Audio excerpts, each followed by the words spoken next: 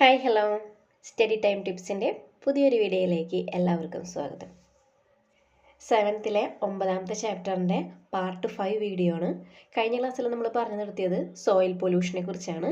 ഇനി നമുക്ക് അടുത്തത് നോക്കാനുള്ളത് സെപ്പറേറ്റിംഗ് ഹൗസ് ഹോൾഡ് വേസ്റ്റ്, അതായത് നമ്മുടെ വീടുകളിലുള്ള മാലിന്യങ്ങളെയൊക്കെ തരംതിരിക്കുന്നതാണ് ഇനി നമുക്ക് നോക്കാനുള്ളത്. ഇവിടെ certain house hold waste R mentioned below, അതായത് വീടുകളിൽ ഉണ്ടാകുന്ന ചില വേസ്റ്റുകൾ താഴെ കൊടുത്തിട്ടുണ്ട്. അത് ഏതൊക്കെയാണെന്ന് ഞാൻ വായിക്കണില്ല, പക്ഷെ അവർ പറഞ്ഞിരിക്കുന്നത് താഴെ ചിത്രത്തിൽ 3 ബിന്നുകൾ തന്നിട്ടുണ്ട്. ആ വേസ്റ്റുകളെ ഈ 3 ബിന്നുകളിലേക്കായിട്ട് തരംതിരിക്കാനാണ് പറഞ്ഞിട്ടുള്ളത്. ഇവിടെ തന്നിരിക്കുന്ന ആദ്യത്തെ ബിൻ എന്ന് പറയുന്നത് ബയോഡീഗ്രേഡബിൾ വേസ്റ്റ് ആണ്, അതായത് ജൈവ മാലിന്യം എന്ന് പറയും. അതായത് മണ്ണിലേക്ക് ലയിച്ചു ചേരുന്ന വേസ്റ്റുകളെ പറയുന്നതാണ് ബയോഡീഗ്രേഡബിൾ വേസ്റ്റ് എന്ന് പറയുന്നത്. രണ്ടാമത്തെ വേസ്റ്റ് ബിന്നാണ് നോൺ ബയോഡീഗ്രേഡബിൾ വേസ്റ്റ് എന്ന് പറയുന്നത്, അതായത് അജൈവ മാലിന്യം, അതായത് മണ്ണിലേക്ക് ലയിച്ചു ചേരാത്ത മാലിന്യങ്ങളാണ് നോൺ ബയോഡീഗ്രേഡബിൾ വേസ്റ്റ് എന്ന് പറയുന്നത്. മൂന്നാമത്തതാണ് ഹസാഡസ് വേസ്റ്റ് എന്ന് പറയുന്നത്. അപകടകരമായിട്ടുള്ള വേസ്റ്റുകളെ പറയുന്നതാണ് ഹസാഡസ് വേസ്റ്റ് എന്ന് പറയുന്നത്. അതായത് പ്രകൃതിക്കായാലും മനുഷ്യനായാലും വളരെയധികം ദോഷം ചെയ്യുന്ന വേസ്റ്റുകളാണ് ഇവ. ആദ്യം നമുക്ക് നോക്കാം ബയോഡീഗ്രേഡബിൾ വേസ്റ്റ്, അതായത് നമുക്ക് നിർമ്മാർജ്ജനം ചെയ്യാവുന്ന വേസ്റ്റുകൾ ഏതൊക്കെയാണെന്ന്. Food waste, paper cups, vegetable waste, cardboard packing materials, fish and meat waste, ഇതാണ് ബയോഡീഗ്രേഡബിളിൽ വരുന്നത്. ഇനി നോൺ ബയോഡീഗ്രേഡബിളിൽ വരുന്നതാണ് bulbs, footwear, bags, clothes, plastic bags, plastic cups, plastic bottles, glass bottles, empty toothpaste tube. ഇനി ഹസാഡസിൽ വരുന്നതാണ് CF lamps, pesticide containers, paint containers, mobile phone battery. Pesticide containers എന്ന് പറയുന്നത് കീടനാശിനിയാണ് കേട്ടോ. അതിൻ്റെ ബോട്ടിലുകളാണ് പെസ്റ്റിസൈഡ് കണ്ടെയ്നേഴ്സ് എന്ന് പറയുന്നത്. തന്നിട്ടുള്ള വേസ്റ്റുകളെ ഇപ്പോൾ അനുയോജ്യമായ രീതിയിൽ നമ്മൾ തരംതിരിച്ചു അല്ലേ. ഇനി ഇതിൻ്റെ താഴെ ഒരു ക്വസ്റ്റ്യൻ കൊടുത്തിട്ടുണ്ട്. What is the advantage of sorting waste at its origin itself, അതായത് ഈ വേസ്റ്റുകൾ ഉണ്ടാകുന്ന ആ ഒരു സോഴ്സ് ഉണ്ടല്ലോ, അവിടെ തന്നെ വെച്ച് ഈ വേസ്റ്റുകളെ തരംതിരിക്കുന്നത് കൊണ്ടുള്ള മെച്ചം എന്താണെന്ന്, അഡ്വാൻറ്റേജ് എന്താണെന്നാണ് ചോദിച്ചിരിക്കുന്നത്. അതിൻ്റെ ആൻസർ നോക്കാം. Sorted waste can be directed to recycling plants, അതായത് തരംതിരിച്ചിട്ടുള്ള വേസ്റ്റുകളെ നമുക്ക് റീസൈക്ലിംഗ് പ്ലാന്റ്സിലേക്ക് എത്തിക്കാം. Plastic, metal, paper and glass materials are reused instead of ending up in landfills, അതായത് ഈ പ്ലാസ്റ്റിക്, മെറ്റൽ, പേപ്പർ തുടങ്ങിയ ഈ വസ്തുക്കളെല്ലാം മാലിന്യങ്ങളുടെ ഒരു കൂമ്പാരത്തിലേക്ക് കൊണ്ടിടുന്നതിന് പകരം നമുക്കതിനെ റീയൂസ് ചെയ്യാം. Organic waste can be turned into compost, organic വേസ്റ്റുകൾ നമുക്ക് എന്താക്കി മാറ്റാം, കമ്പോസ്റ്റ് ആക്കി മാറ്റാം. Enriching the soil and reduce the need for chemical fertilisers, അപ്പോൾ ഇതുപോലുള്ള കമ്പോസ്റ്റുകൾ ഉപയോഗിക്കുന്നതുകൊണ്ട് മണ്ണിന് കൂടുതൽ ഫലപുഷ്ടി ഉണ്ടാവുകയും അതുപോലെ തന്നെ കെമിക്കൽ ഫെർട്ടിലൈസേഴ്സിൻ്റെ ഉപയോഗം നമുക്ക് കുറയ്ക്കുകയും ചെയ്യാം.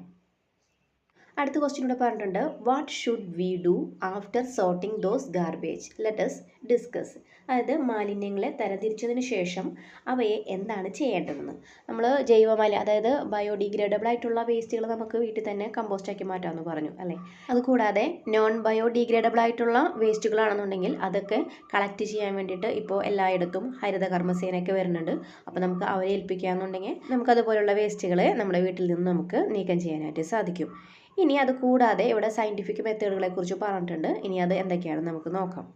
Scientific methods of waste management, അതായത് മാലിന്യം സംസ്കരണം ചെയ്യണമല്ലോ, അതിന് വേണ്ടിയിട്ടുള്ള ശാസ്ത്രീയമായ രീതികളെക്കുറിച്ചൊക്കെയാണ്. The most appropriate method is to dispose the waste at the source itself. This is known as waste management at source. അപ്പോൾ ഇവിടെ വേസ്റ്റ് മാനേജ്മെൻറ്റ് അറ്റ് സോഴ്സ് എന്താണെന്ന് പറയുന്നത്, വേസ്റ്റുകളെ അവ ഉണ്ടാകുന്ന സ്ഥലത്ത് തന്നെ വെച്ച് നമ്മൾ ഡിസ്പോസ് ചെയ്യുകയാണെന്നുണ്ടെങ്കിൽ അത് തന്നെയായിരിക്കും ഏറ്റവും ഉചിതമായ മാർഗം എന്നാണ് പറഞ്ഞിരിക്കുന്നത്. ഇതിനെ പറയുന്നതാണ് വേസ്റ്റ് മാനേജ്മെൻറ്റ് അറ്റ് സോഴ്സ് എന്ന്. It's first step is to segregate the waste at the source itself. അപ്പോൾ ഇനി ഇങ്ങനെ ചെയ്യുന്നതിൻ്റെ ഫസ്റ്റ് സ്റ്റെപ്പ് എന്ന് പറയുന്നത് ഈ വേസ്റ്റുകളെ അതിൻ്റെ ആ ഒരു സോഴ്സിൽ വെച്ച് തന്നെ തരംതിരിക്കുക എന്നുള്ളതാണ്. Some of the waste you have sorted out can be use to make organic manure. അവിടെ പറഞ്ഞിരിക്കുന്നത് എന്താ, നിങ്ങൾ തരംതിരിച്ചിട്ടുള്ള മാലിന്യങ്ങളിൽ ചിലതിനെ നമുക്ക് എന്താക്കി മാറ്റാം, വളമാക്കി മാറ്റാൻ പറ്റുമെന്നാണ് പറയുന്നത്. അത് ഏതൊക്കെയാണ്, നമ്മുടെ അടുക്കളയിൽ നിന്നും ഉണ്ടാകുന്ന ഫുഡിൻ്റെ വേസ്റ്റുകളിൽ നിന്ന് നമുക്ക് എന്തുണ്ടാക്കിയെടുക്കാം, വളമായിട്ട് ഉണ്ടാക്കിയെടുക്കാനായിട്ട് സാധിക്കും അല്ലേ. ഓർഗാനിക് ആയിട്ടുള്ള വേസ്റ്റുകൾ എങ്ങനെയാണ് വളമായിട്ട് മാറുന്നതെന്നാണ് അടുത്ത പാരഗ്രാഫിൽ പറയാൻ പോകുന്നത്. അപ്പോൾ നമുക്ക് അതൊന്ന് നോക്കാം. Organic waste can be broken down into simpler chemical compounds with the help of microorganisms. ഇവിടെ പറഞ്ഞിരിക്കുന്നത് എന്താ, ഈ വേസ്റ്റുകൾ, അതായത് നമ്മുടെ അടുക്കളയിൽ നിന്നൊക്കെ ഉണ്ടാകുന്ന ആ ഓർഗാനിക് വേസ്റ്റുകൾ ഉണ്ടല്ലോ, ആ ഓർഗാനിക് വേസ്റ്റുകളെ മൈക്രോ ഓർഗാനിസംസ് ഉദ്ദേശിക്കുന്നത് ഈ ബാക്ടീരിയ പോലുള്ള സൂക്ഷ്മ ജീവികളൊക്കെ ആ ഒരു ഓർഗാനിക് വേസ്റ്റുകളിൽ പ്രവർത്തിച്ചിട്ട് അവ എന്ത് ചെയ്യും, അതിനെ വിഘടിപ്പിക്കും, ചെറിയ ചെറിയ പീസുകളാക്കി മാറ്റും. എന്നിട്ട് പിന്നീട് അവ ഒരു കെമിക്കൽ കോമ്പൗണ്ടുകളായിട്ട് മാറാണ് ചെയ്യുന്നത്. They decompose to form nitrate, phosphate and sulphate which are helpful for plant growth. ഈ കെമിക്കൽ കോമ്പൗണ്ട്സിന് പിന്നീട് ഡീകമ്പോസിഷൻ നടക്കും, അതായത് ജീർണിക്കും, മണ്ണിലേക്ക് ഇങ്ങനെ അഴുകിച്ചേരും. അപ്പോൾ അതെന്തായിട്ട് മാറും, നൈട്രേറ്റ്, ഫോസ്ഫേറ്റ്, സൾഫേറ്റ് എന്നിവയായിട്ട് മാറും. ഇവ സസ്യങ്ങളുടെ വളർച്ചയ്ക്ക് വളരെയധികം സഹായകരമാണെന്നാണ് പറഞ്ഞിരിക്കുന്നത്. ഇനി അടുത്ത് പറഞ്ഞത് hence they can be used as fertilisers. അപ്പോൾ ഇതിന് നമുക്ക് എന്തായിട്ട് ഉപയോഗിക്കാം, ഫെർട്ടിലൈസറായിട്ട് ഉപയോഗിക്കാം, അതായത് വളമായിട്ട് ഉപയോഗിക്കാൻ പറ്റുന്നു. Biowaste can become organic manure only if it is treated in proper way. ഇനി ഇവിടെ പറഞ്ഞിരിക്കുന്നത് ഈ ബയോ വേസ്റ്റുകളെ ശരിയായ മാർഗത്തിലൂടെ സംസ്കരിച്ചാൽ മാത്രമേ അവയെ നമുക്ക് എന്താക്കി മാറ്റാൻ സാധിക്കുള്ളൂ, ഓർഗാനിക് മാനുവറായിട്ട് മാറ്റാൻ സാധിക്കുള്ളൂ, അതായത് ജൈവ വളമായിട്ട് ഇവയെ മാറ്റാൻ സാധിക്കുള്ളൂ. There are 3 main methods of bio-waste management at household levels. അപ്പോൾ നമുക്ക് ഈ ബയോ വേസ്റ്റുകളെ ശരിയായ രീതിയിൽ സംസ്കരിക്കണമെങ്കിൽ പ്രധാനമായിട്ടും 3 രീതികളാണ് ഉള്ളതെന്നാണ് പറഞ്ഞിരിക്കുന്നത്. അതിലൊന്നാണ് വേർമി കമ്പോസ്റ്റിംഗ്, അടുത്ത് പറഞ്ഞിരിക്കുന്നത് എയർ കോണ്ടാക്ട് കമ്പോസ്റ്റിംഗ്, മൂന്നാമത്തെ പറഞ്ഞത് പ്രൊഡക്ഷൻ ഓഫ് ബയോഗ്യാസ്. ഇവിടെ അടുത്ത് പറഞ്ഞിരിക്കുന്നത് വേർമി കമ്പോസ്റ്റിനെ കുറിച്ചാണ്. Vermicompost is a fertiliser produced using earthworms. This is also a method of waste management. ഇനി ഇവിടെ വേർമി കമ്പോസ്റ്റ് എന്താണെന്ന് പറഞ്ഞിരിക്കുന്നത്, അതായത് എർത്ത് വർംസ്, മണ്ണിരെ ഉപയോഗിച്ച് നിർമ്മിക്കുന്ന വളത്തെയാണ് പറയുന്നത് എന്ത്, വേർമി കമ്പോസ്റ്റ് എന്ന് പറയുന്നത്. ഇതൊരു മാലിന്യ നിർമ്മാർജ്ജന രീതി കൂടിയാണെന്നാണ് പറഞ്ഞിരിക്കുന്നത്. മാലിന്യത്തെ സംസ്കരിക്കാനുള്ള ഒരു രീതി കൂടിയാണെന്നാണ് പറഞ്ഞിരിക്കുന്നത്. Plastic containers, large pots and cement tanks are used for vermi composting.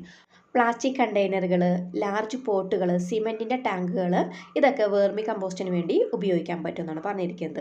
Earth വർംസ് takes in organic matter and their excreta turn into manure.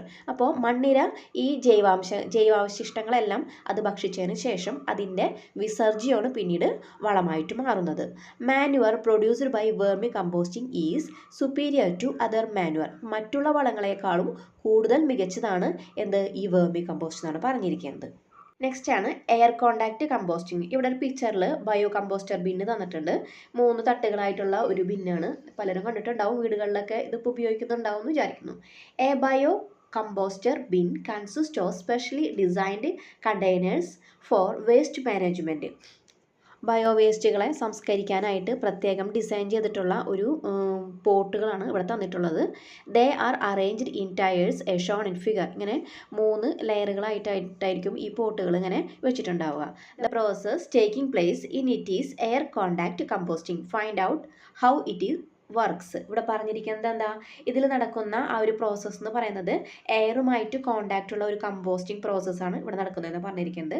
അപ്പോൾ ഇതിൻ്റെ വർക്കിംഗ് എഴുതാനൊക്കെ പറഞ്ഞിട്ടുണ്ട് കേട്ടോ. അതിൻ്റെ വർക്കിംഗ് നോക്കാം നമുക്ക്. A bio composter bin works by allowing air to flow through multiple tiers where organic waste is added. അതായത് organic ആയിട്ടുള്ള ഈ വേസ്റ്റുകൾ ആഡ് ചെയ്യുന്ന ഈ ബിന്നിലൂടെ വായുവിനെ കടന്നു പോകാൻ അനുവദിച്ചുകൊണ്ടാണ് ഈ ബിൻ വർക്ക് ചെയ്യുന്നത്. Microorganisms in the bin break down the waste with the help of oxygen and temperature. അപ്പോൾ ഈ സൂക്ഷ്മാണുക്കളൊക്കെ എന്ത് ചെയ്യും, ഈ വേസ്റ്റുകളെ ബ്രേക്ക് ഡൗൺ ചെയ്യും, ചെറിയ പീസുകളായിട്ട് മാറ്റും. With the help of oxygen and temperature. ഓക്സിജൻ്റെയും ടെമ്പറേച്ചറിൻ്റെയും ഹെൽപ്പോട് കൂടിയിട്ടാണ് ഈ സൂക്ഷ്മാണുക്കൾ ഈ വേസ്റ്റുകളെ ചെറിയ പീസുകളാക്കി മാറ്റുന്നത്. Over time the waste decomposes into compost, a nutrient rich material used for gardening. അങ്ങനെ ഈ വേസ്റ്റുകൾ കാലക്രമേണ നല്ലൊരു വളമായിട്ട് മാറും, അതായത് ന്യൂട്രിയൻ റിച്ച് ആയിട്ടുള്ള നല്ലൊരു വളമായിട്ട് മാറും. ഇത് ഗാർഡനിങ്ങിനൊക്കെ വേണ്ടിയിട്ട് ഉപയോഗിക്കാൻ പറ്റുമെന്നാണ് പറയുന്നത്. അടുത്തത് നമുക്ക് നോക്കാം biogas production. A biogas plant is a system that converts waste into fuel in the absence of oxygen. ഇവിടെ പറഞ്ഞിരിക്കുന്നത് ഓക്സിജൻ്റെ ആബ്സെൻസിൽ ഈ മാലിന്യങ്ങളെ സംസ്കരിച്ചിട്ട്, അതായത് ഡീകമ്പോസ് ചെയ്തിട്ട് ഇന്ധനമാക്കി മാറ്റാം, ഫ്യൂവലാക്കി മാറ്റാൻ സാധിക്കുന്ന ഒരു സംവിധാനത്തെ പറയുന്നതാണ് ബയോഗ്യാസ് പ്ലാന്റ് എന്ന് പറയുന്നത്. ഇനി ഇവിടെ പറഞ്ഞിരിക്കുന്നതോ In this method, along with waste management, cooking gas is also obtained as a product. ഈ ഒരു പ്ലാന്റിൽ വേസ്റ്റുകളുടെ സംസ്കരണം നടക്കുന്നതോടൊപ്പം തന്നെ നമുക്ക് കുക്കിംഗ് ഗ്യാസ് ഒരു പ്രൊഡക്റ്റായിട്ട് ലഭിക്കുകയും ചെയ്യുന്നു. We can manage biodegradable waste generate at home and school using the above methods. വീട്ടിലും വിദ്യാലയത്തിലും ഉണ്ടാകുന്ന ഈ ബയോ വേസ്റ്റുകളെ നമുക്ക് ഈ പറഞ്ഞ മെത്തേഡ് ഉപയോഗിച്ചിട്ട് സംസ്കരിക്കാൻ സാധിക്കുമെന്നാണ് പറഞ്ഞിരിക്കുന്നത്. Paper and paper products can be recycled. പേപ്പറും പേപ്പർ കൊണ്ട് ഉണ്ടാക്കിയിട്ടുള്ള പ്രൊഡക്റ്റുകളും നമുക്ക് റീസൈക്കിൾ ചെയ്യാൻ സാധിക്കും. But can all non degradable waste be disposed in the same way. അപ്പോൾ നമുക്ക് ഈ പറഞ്ഞ മെത്തേഡിൽ കൂടെ തന്നെ നമുക്ക് നോൺ ബയോഡീഗ്രേഡബിൾ ആയിട്ടുള്ള വേസ്റ്റുകളെ നമുക്ക് നിർമ്മാർജ്ജനം ചെയ്യാൻ സാധിക്കും? ഒരിക്കലും പറ്റില്ല അല്ലേ. Plastic products that are very thin cannot be recycled. അതുപോലെ തന്നെ വളരെ കനം കുറഞ്ഞ പ്ലാസ്റ്റിക് പ്രൊഡക്റ്റുകളൊന്നും നമുക്ക് ഒരിക്കലും റീസൈക്കിൾ ചെയ്യാൻ സാധിക്കില്ല. റീസൈക്കിൾ ചെയ്യാൻ കഴിയാത്തത് കൊണ്ടാണ് അവയുടെ ഉപയോഗമൊക്കെ തടഞ്ഞു വയ്ക്കാനുള്ള കാരണം. ഇനി ഇവിടെ അടുത്ത് പറഞ്ഞിരിക്കുന്നത് 3 Rs. അതിനെക്കുറിച്ച് നിങ്ങൾ കേട്ടിട്ടുണ്ടോ? അതെന്തിനെയാണ് സൂചിപ്പിക്കുന്നതെന്ന്. ഇതിൽ ഒരു R എന്ന് പറയുന്നത് റെഡ്യൂസ് ആണ്, അടുത്ത R എന്ന് പറയുന്നത് റീയൂസ് ആണ്, നെക്സ്റ്റ് റീസൈക്കിൾ ആണ്. റെഡ്യൂസ് എന്ന് പറഞ്ഞാൽ എന്താ? ഉപയോഗം പരമാവധി കുറയ്ക്കുക. റീയൂസ് എന്ന് പറഞ്ഞാലോ വീണ്ടും ഉപയോഗിക്കുക. നെക്സ്റ്റ് ആണ് റീസൈക്കിൾ എന്ന് പറയുന്നത്. റീസൈക്കിൾ എന്ന് പറഞ്ഞാൽ ഒരു പ്രാവശ്യം ഉപയോഗിച്ച ഒരു പ്രൊഡക്റ്റിനെ വീണ്ടും പുതിയൊരു പ്രൊഡക്റ്റ് ആക്കിയതിന് ശേഷം ഉപയോഗിക്കുക. It is a strategy adopted worldwide to reduce the amount of non-degradable waste. It has to become a part of our life and culture. ഇവിടെ പറഞ്ഞിരിക്കുന്നത് സംസ്കരിക്കാൻ കഴിയാത്ത വേസ്റ്റുകളെ അതിൻ്റെ അളവിൽ കുറവ് വരുത്തുന്നതിനായിട്ട് ലോകത്താകെ സ്വീകരിച്ചിട്ടുള്ള ഒരു മെത്തേഡാണ് 3 Rs എന്ന് പറയുന്നത്. ഇത് നമ്മുടെ ജീവിതത്തിൻ്റെ ഭാഗമായിട്ടും നമ്മുടെ കൾച്ചറിൻ്റെ ഒരു ഭാഗമായിട്ടൊക്കെ മാറേണ്ടതുണ്ടെന്നാണ് പറഞ്ഞിരിക്കുന്നത്. ഇനി നമുക്ക് ഈ ഒരു ടേബിൾ ഒന്ന് അനലൈസ് ചെയ്യാം. ഇതിൽ R എന്ന് പറയുന്നത് റെഡ്യൂസ് ആണ്, അതായത് മിനിമൈസ്ഡ് യൂസ്, അതായത് പരമാവധി ഉപയോഗം കുറയ്ക്കേണ്ടത് ഏതൊക്കെയാണെന്നാണ് പറഞ്ഞിരിക്കുന്നത്. ഒന്ന് പ്ലാസ്റ്റിക് കപ്സ്, നെക്സ്റ്റ് പറഞ്ഞേക്കുന്നത് പ്ലാസ്റ്റിക്, തെർമോക്കോളിൻ്റെ പ്ലേറ്റുകൾ, പിന്നെ മിനറൽ വാട്ടർ ബോട്ടിലുകൾ, ഇതൊക്കെ പരമാവധി ഉപയോഗം കുറയ്ക്കാൻ എന്നാണ് പറയുന്നത്. അടുത്ത ആറാണ് റീയൂസ്, അതായത് റീയൂസബിൾ ആയിട്ടുള്ളത്, വീണ്ടും ഉപയോഗിക്കാൻ കഴിയുന്നവ. Only those with standard grades, അതായത് കൂടിയ ഗ്രേഡ് ഉള്ളത് മാത്രം. അതായത് plastic bags, plastic jars, plastic utensils, ഇതൊക്കെ അത്യാവശ്യം നല്ല ഗ്രേഡുള്ള സാധനങ്ങൾ ഉപയോഗിക്കാനാണ് പറഞ്ഞിരിക്കുന്നത്. ഇനി എന്ന് പറയുന്നത് റീസൈക്കിളാണ്, അതായത് റീസൈക്ലബിൾ, അതായത് വീണ്ടും നമുക്ക് ഉണ്ടാക്കാൻ പറ്റുന്നത്. അതായത് മെറ്റൽ പ്രൊഡക്ട്സ്, പ്ലാസ്റ്റിക് പ്രൊഡക്ട്സ്, അതുപോലെ തന്നെ അലൂമിനിയം ക്യാൻസ്, അതൊക്കെ എഴുതാം. ഇപ്പം നമ്മൾ 3 6 എന്താണെന്ന് പറഞ്ഞു അല്ലേ. ഇനി നമുക്ക് അടുത്തത് നോക്കാനുള്ളത് Haritha Karmasena. In our state, Haritha Karmasena is playing a major role in transporting non biodegradable waste to the treatment centers. Non biodegradable ആയിട്ടുള്ള വേസ്റ്റുകൾ, അതായത് മണ്ണിലേക്ക് അലിഞ്ഞു ചേരാത്ത വേസ്റ്റുകളെ അതിൻ്റെ ട്രീറ്റ്മെൻറ്റ് സെൻറ്ററിലേക്ക് എത്തിക്കുന്നതിന് വേണ്ടിയിട്ട് നമ്മുടെ നാട്ടിൽ ഹരിത കർമ്മസേന വലിയ പങ്ക് വഹിക്കുന്നുണ്ട് എന്നാണ് പറഞ്ഞിരിക്കുന്നത്. ഇപ്പോൾ ഒട്ടുമിക്ക സ്ഥലങ്ങളിലും ഹരിതകർമ്മസേനയുടെ ആൻറ്റിമാരൊക്കെ വന്നിട്ട് വീടുകളിൽ നിന്ന് ഇതുപോലുള്ള പ്ലാസ്റ്റിക്കുകളൊക്കെ കളക്ട് ചെയ്യുന്നുണ്ട് അല്ലേ. ഒരുവിധം എല്ലായിടത്തും ഉണ്ട്. നിങ്ങൾക്ക് ഇതിനെപ്പറ്റി അറിയാമെന്ന് വിചാരിക്കുന്നു. നെക്സ്റ്റ് ആണ് pollution problems in my locality, അതായത് നിങ്ങളുടെ നാട്ടിലുള്ള മലിനീകരണ പ്രശ്നങ്ങളുമായി ബന്ധപ്പെട്ടുള്ള ഒരു പ്രൊജക്റ്റ് തയ്യാറാക്കാൻ വേണ്ടിയിട്ടാണ് പറഞ്ഞിരിക്കുന്നത്. അപ്പോൾ നമ്മൾ കഴിഞ്ഞ ക്ലാസ്സിലൊക്കെ പറഞ്ഞിട്ടുണ്ടായിരുന്നു air and water and soil are polluted and their കോൺസിക്വൻസിനെ കുറിച്ചൊക്കെ പറഞ്ഞിട്ടുണ്ടായിരുന്നു അല്ലേ. അതായത് വായു, ജലം, മണ്ണ് എന്നിവ മലിനമാകുന്നതിനെ പറ്റിയും അതേപോലെ തന്നെ അതിൻ്റെ പ്രത്യാഘാതങ്ങളെ കുറിച്ചൊക്കെ നമ്മൾ കഴിഞ്ഞ ക്ലാസ്സിലൊക്കെ സംസാരിച്ചിട്ടുണ്ടായിരുന്നു അല്ലേ. അപ്പോൾ ഇതുമായി ബന്ധപ്പെട്ടുള്ള സാഹചര്യങ്ങൾ നിങ്ങളുടെ നാട്ടിൽ നിലനിൽക്കുന്നുണ്ടെങ്കിൽ അത് കണ്ടെത്തിയിട്ട് അതൊരു പഠനം നടത്തിയിട്ട് ഒരു പ്രൊജക്റ്റായിട്ട് അവതരിപ്പിക്കാനൊക്കെയാണ് പറഞ്ഞിട്ടുള്ളത്. അങ്ങനെ ഒരു പ്രൊജക്റ്റ് നിങ്ങളടുത്ത് എഴുതാൻ പറയുകയാണെന്നുണ്ടെങ്കിൽ കഴിഞ്ഞ ക്ലാസ്സിൽ പറഞ്ഞിട്ടുള്ള കാര്യങ്ങളെല്ലാം ഇൻക്ലൂഡ് ചെയ്തിട്ട് നിങ്ങൾ പ്രൊജക്റ്റ് തയ്യാറാക്കാം കേട്ടോ. നെക്സ്റ്റ് ഇവിടെ പറഞ്ഞിരിക്കുന്നത് വേസ്റ്റ് ഫ്രീ ഗ്രീൻ സ്കൂളിനെ കുറിച്ചാണ്, അതായത് മാലിന്യമുക്ത ഹരിത വിദ്യാലയത്തെ കുറിച്ചാണ്.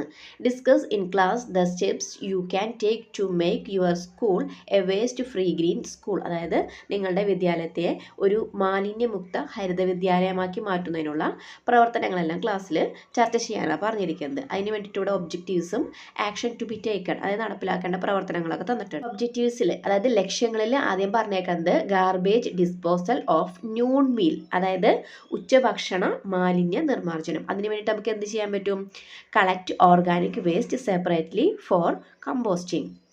ഓർഗാനിക് ആയിട്ടുള്ള വേസ്റ്റുകൾ കമ്പോസ്റ്റിനായിട്ട് ശേഖരിക്കുക.